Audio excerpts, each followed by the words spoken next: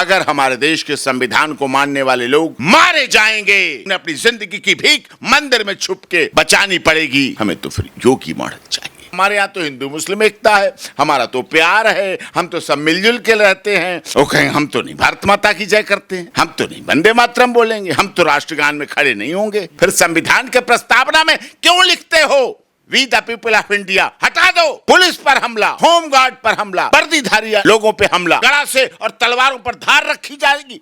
कब से धार रखी गई थी? क्यों नहीं उन पे जंग थी? ये कलावा हमारी मौत का कारण बनेगा। इस कलावा की वजह से हमारी हत्या हो जाएगी। इस कलावा की वजह से हम पर गोलियां चलाई जाएंगी। इस कलावा की वजह से हम पर तलवारें चलाई जाएंगी, बम चले जाएंगे, गोली चले जाएंगे।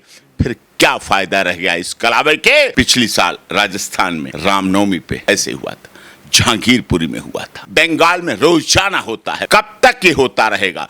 साजिश के तहत लोगों को इकट्ठा करके प्लान बनाया गया और तब हमला बोला गया। नमस्कार, मैं आयुष शर्मा और आप देख रहे हैं ओ न्यूज़ हिंदी। मेवात में जो खूनी खेल चल रहा है उसको लेकर अब राजनीति हमारे देश में तेज हो गई है। आरोप और प्रत्यारोप एक दूसरे पर मढ़ना लोग शुरू कर चुके हैं। इस पूरे मुद्दे पर बात करने के लिए सुप्रीम कोर्ट के वरिष्ठ अधिवक्ता डॉक्टर AP सिंह हमारे साथ मौजूद है, उनके साथ जुड़ते हैं। सर, बहुत बहुत स्वागत है आपका ओ न्यूज़ हिंदी पर। मेवात में सर जो घटना हुई है, अब आरोप लगने शुरू हो गए हैं, एक पक्ष दूसरे पक्ष पर आरोप लगा रहता है, हर बार यही होता है। आपको क्या लग रहा है जो ये घटना हुई किसका फेलियर था, और क्या ये जो घटना थी ये प्लान्ड थी या फिर अचानक से ही लोगों में गुस्सा फूटा और अचानक से ही पथराव हुआ? प्लान था, बिल्कुल प्लान था। जलाभिषेक की यात्रा सावन के महीने में हर वर्ष होती थी। बाकायदा शासन प्रशासन के द्वारा उसकी अनुमति ली जाती थी। रूट निश्चित था, प्रतिवर्ष उसी रूट पर होती थी। हिंदू सनातन धर्म को मानने वाले, हिंदू संस्कृति को मानने वाले, शिव भगवान को मानने वाले, सावन के महीने को मानने वाले, सावन में यात्रा करने वाले जलाभिषेक यात्रा थी और ये पहले से हर साल होती रहती है। उन्हें पता था, हमलावरों को, जो अटैकर्स थे, असैलट थे, कि पता था इसी रूट से आती है। फेलर शासन प्रशासन का इस मायने में था कि उनकी LIU जो CID, दो विभाग होते हैं, CID और LIU, ये दोनों ऐसे विभाग हैं जो निचले स्तर पर सिविल कपड़ों में लोग रहते हैं लेकिन आम जनता में घुले मिले रहते हैं और पता रखते हैं। नूह मेवात का जो क्षेत्र है वो कभी चंबल हुआ करती थी, वहां तो चंबल के अंदर रहते थे लोग, लेकिन यहाँ क्या है, साइबर क्राइम का हब बन चुका है। नूह मेवात के जो पहाड़ हैं, हिल है, उनके आप देखेंगे, एक अखबार ने बहुत बड़ी उस पर रिपोर्टिंग की थी। इतना साइबर क्राइम का गढ़ है, पूरी दुनिया का साइबर क्राइम नूह मेवात से होता है और वहाँ पुलिस पकड़ नहीं पाती है। पकड़ने जाती तो देख लिया आपने किस तरह से क्या क्या हुआ, कैसे कैसे तलवारें, कैसे कैसे गोलियां, कैसे कैसे बंदूकें, कैसे कैसे कारतूस, कैसे कैसे इलीगल वेपन, महिलाओं पर, बच्चों पर, जो गोद में बच्चे थे। आपने देखा कि 1.5 साल का बच्चा साथ में माँ तो लेके जाएगी, धार्मिकता है, हमारे यहाँ धार्मिक विश्वास है, उस पर यात्रा चल रही है। अब सब बेफिक्र होकर यात्रा कर रहे थे। हमारे यहाँ तो हिंदू मुस्लिम एकता है, हमारा तो प्यार है, हम तो सब मिलजुल के रहते हैं, हमारी तो एकता बेमिसाल है, और वो अपनी यात्रा कर रहे थे। लेकिन बड़े प्लान्ड मैनर में साजिश के तहत लोगों को इकट्ठा करके प्लान बनाया गया और तब हमला बोला गया। प्लान के साथ पुलिस कम पड़ गई, फिर पुलिस पड़ी भी, बुलाई भी गई, आए भी, एयर ड्रॉप करना पड़ा। सोचिए, सुरक्षा बलों को एयर ड्रॉप करना पड़ा, रास्ते घेर लिए गए, बंधक बना लिए गए, लोग एंट्री नहीं हो पाई, ऊपर से पहुंचना पड़ा। क्या हो रहा है? आज़ादी के जितने हम आज़ादी की तरफ बढ़ रहे हैं, हम 75 साल आज़ादी की तरफ बढ़ रहे हैं, हम दुनिया के सबसे बड़े लोकतंत्र बन रहे हैं, हम मदर ऑफ द डेमोक्रेसी बन रहे हैं। ये डेमोक्रेसी की परिभाषा है। जनता के ऊपर जिस तरह से अत्याचार हुआ, हमले हुए, कितने लोगों की मौत हुई, आम आदमी पुलिस से डरता है कि पुलिस है, वर्दीधारी नागरिक है। एक वर्दीधारी नागरिक चौराहे पे खड़ा होता है, लोग लॉ अवॉइडिंग सिटीजन हो जाते हैं, कानून में विश्वास रखते हैं, कानून के हिसाब से चलते हैं। लेकिन वहां क्या हुआ? पुलिस पर हमला, होमगार्ड पर हमला, वर्दीधारी लोगों पे हमला, थाने पे जो साइबर थाना था, गेट बंद कर लिया उन्होंने, डर गए। पुलिस पहली बार डरते देखी आपने, जिनके पास वेपन थे, जिनके पास सरकारी वेपन थी, जिनके पास पावर थी, लेकिन वो लोग डरते आपने देखे होंगे वहां। आप तो बहुत वरिष्ठ पत्रकार हैं, ग्राउंड जीरो पर रिपोर्टिंग करते हैं, मैंने आपका वो भी देखा जो आप पर भी पथराव हुआ, आपके ऊपर पत्थर फेंके गए, आपके कैमरों पे पत्थर फेंके गए, आपकी आईडी पर पत्थर फेंके गए। इसका मतलब क्या रह गया लोकतंत्र, क्या जिंदा रह गया मीडिया? मीडिया को यूक्रेन और रूस में भी मीडिया को छोड़ा जाता है, एग्जम्प्ट किया जाता है, मीडिया पे हमले नहीं होते हैं, लिखा होता है media, that's all, I card लगा मीडिया, दैट्स ऑल। लेकिन वहां इसकी भी गैरत नहीं की गई और हमले हुए। थाने जब साइबर क्राइम वाले बच के छुप गए, उनके ऊपर गेट नहीं तोड़ सकते थे, बस लाई गई, बस लाके पूरा चढ़ा दिया गया और गिरा दिया गया और घुस गए।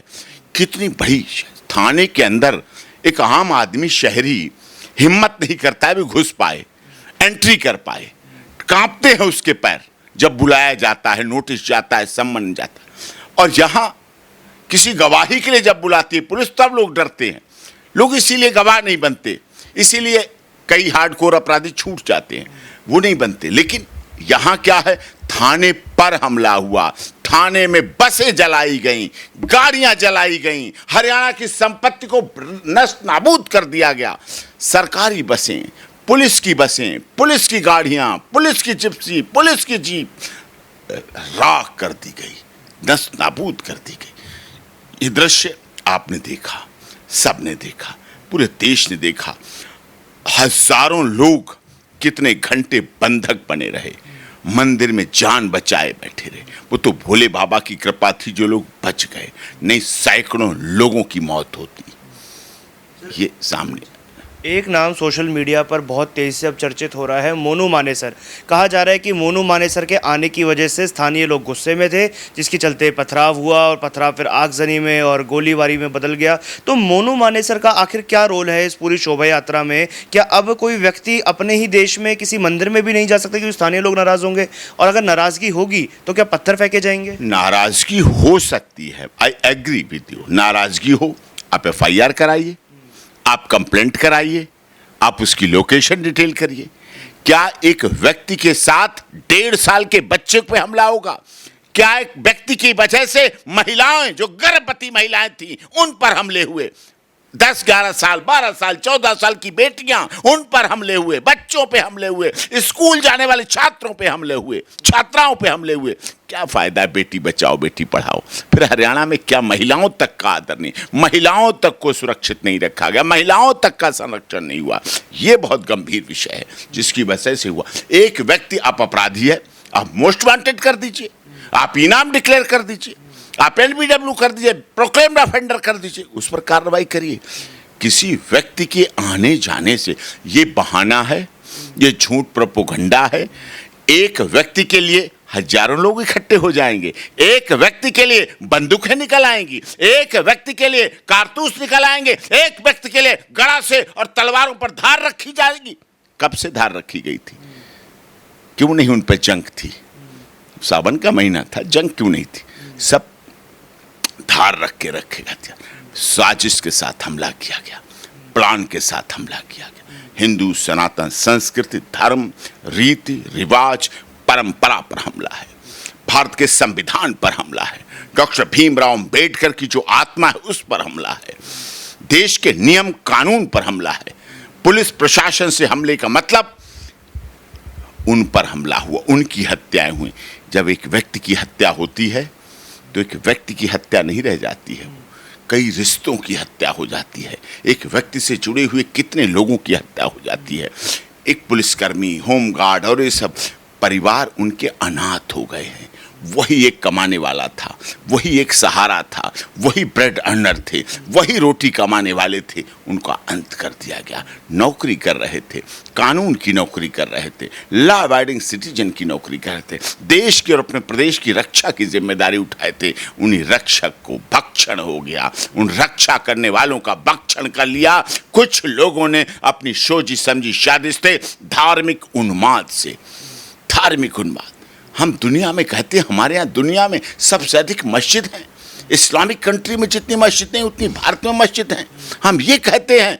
और हमारे यहाँ जलाभिषेक, एक यात्रा, एक शोभा यात्रा पिछली साल राजस्थान में रामनवमी पे हुआ था, ऐसे हुआ था, जहांगीरपुरी में हुआ था।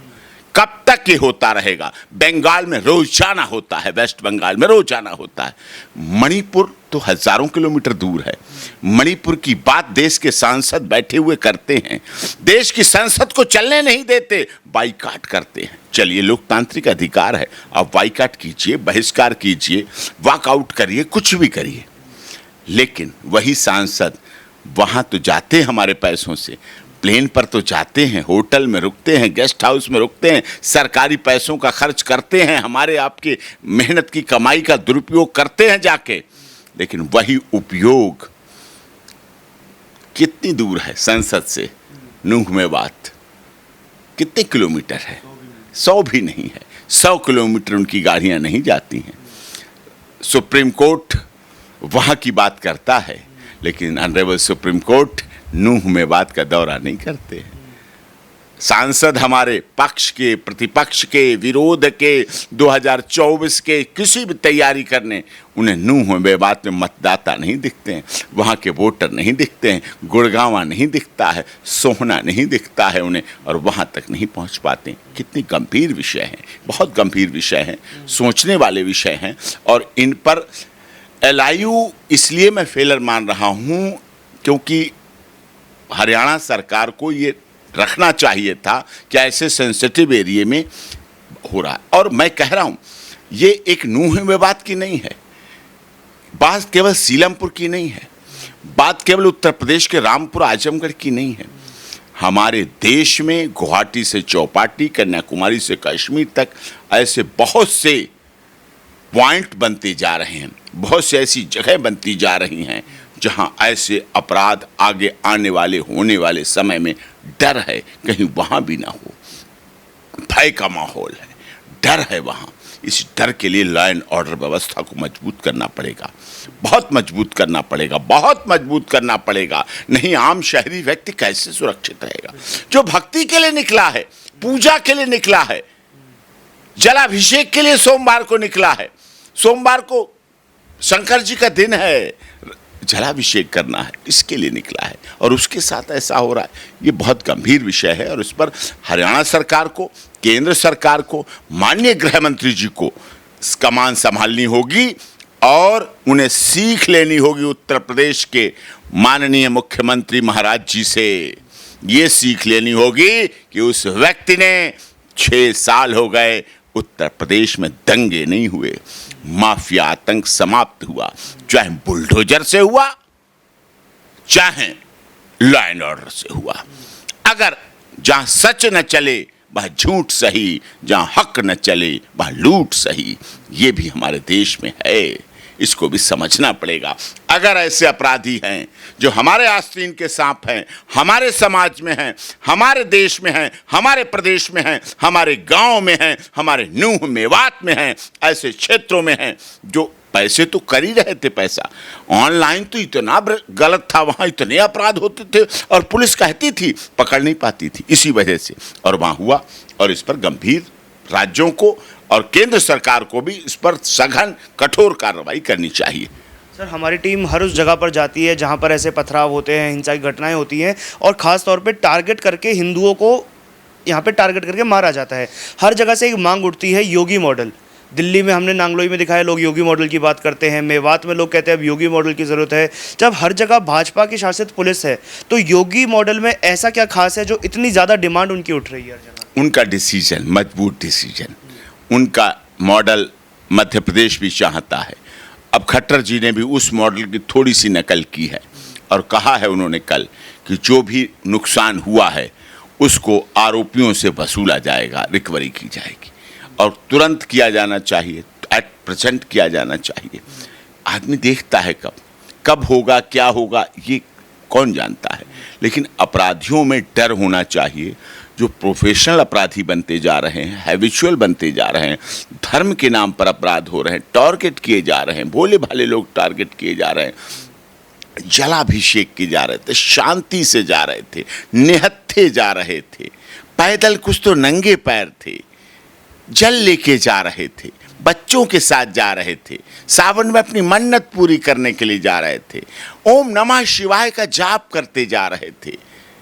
तो फिर तांडव भी शिव ने ही किया था, भोले बाबा ने ही किया था तांडव, भक्षक भी रक्षक। और जब ये तुलना की जाएगी तो इस पर केंद्र सरकार को कठोर कदम उठाकर, बहुत कठोर कदम उठाने चाहिए, ऐसे क्षेत्रों को टारगेट करना चाहिए। और जो अपराधियों का योगी मॉडल की बात की जा रही है, अगर हमारे देश के भोले भाले लोग, अगर हमारे देश के संविधान को मानने वाले लोग, अगर हमारे देश के संविधान पर चलने वाले लोग, अगर हमारे देश के अहिंसा को मानने वाले लोग, अगर हमारे देश के महात्मा गांधी, स्वामी विवेकानंद को मानने वाले लोग मारे जाएंगे, तड़पा दौड़ा के मारे जाएंगे, उन्हें अपनी जिंदगी की भीख मंदिर में छुप के बचानी पड़ेगी, फिर ऐसी अहिंसा के नारे की कोई आवश्यकता नहीं रह जाती। फिर अहिंसा का नारा कोरी कल्पना लगेगा। फिर तो लोग कहेंगे कि हमें ऐसा मॉडल नहीं चाहिए, हमें तो फिर योगी मॉडल चाहिए।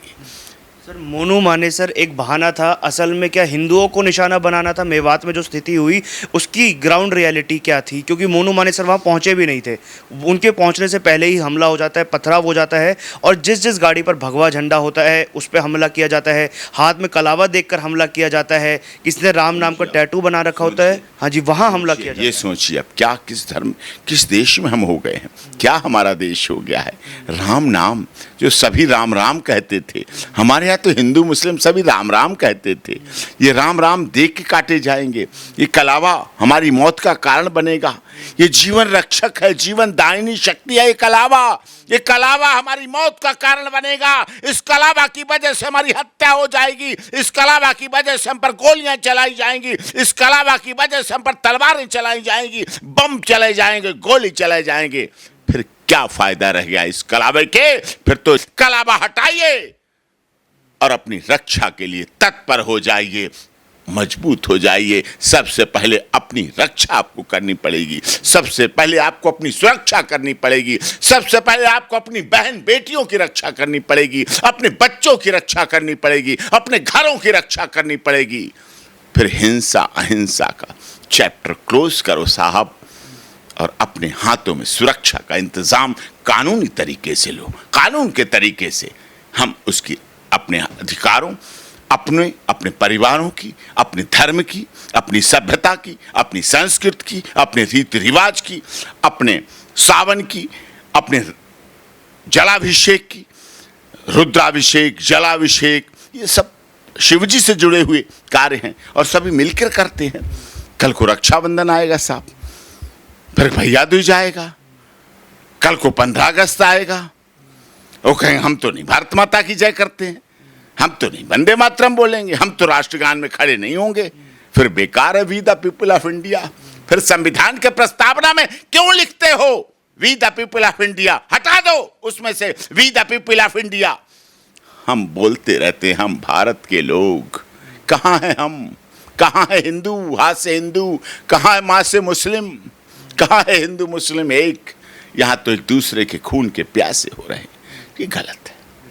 बहुत बहुत धन्यवाद सर हमारे साथ जुड़ने के लिए। तो आपने देखा किस प्रकार से सुप्रीम कोर्ट के वरिष्ठ अधिवक्ता डॉक्टर AP सिंह जी ने इस पूरी घटना पर प्रकाश डाला। मेवात में जो भी घटनाक्रम हो रहा है उसको लेकर प्रशासन को और शासन को सख्त से सख्त कदम उठाने चाहिए। इस पूरी घटना पर आप लोगों के क्या विचार है वो आप हमें कमेंट बॉक्स के माध्यम से ज़रूर बताएं। O News हिंदी देखने के लिए आप सभी का हार्दिक धन्यवाद।